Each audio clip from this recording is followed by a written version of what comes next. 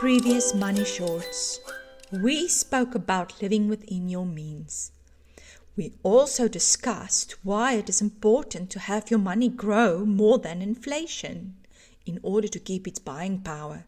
And we look at the various things you can invest your money in to make sure it grows.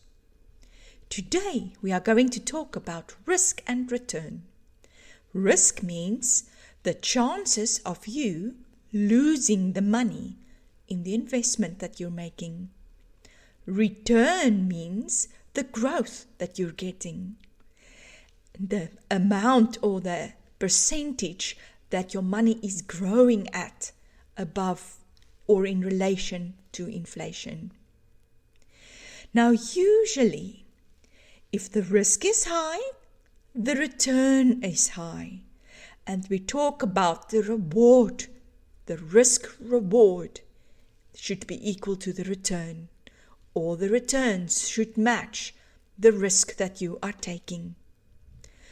In other words, it also means that if the risk is low, the return is usually low, which means if the risk of you losing any money in that investment is low, it also means that the return, the amount that your money is going to grow by, is also low. The thing is that risk needs time to smooth out your experience, because risk goes up and down on a daily basis. If you invest in a growth asset, that is a risky asset, which means there's a high risk that you could lose money. You will see the graph go up and down on a daily basis. But over a long time, this line goes up and down on an upward movement.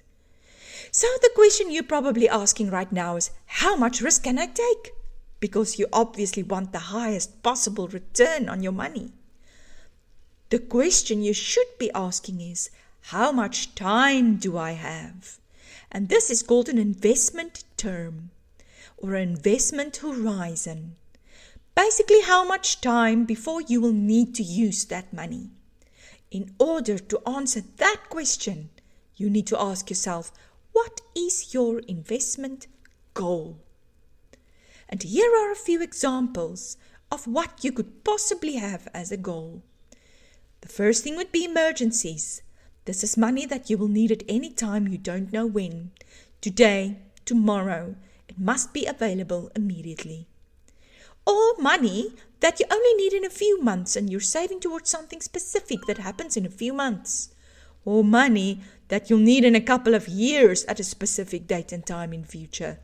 Or you could be just saving for someday, which is far, far away from today. We can basically divide these goals in two main categories. The one is short-term investments, and the other one on the other side of the scale is long-term investments. We will be discussing these over the next few Money Shorts.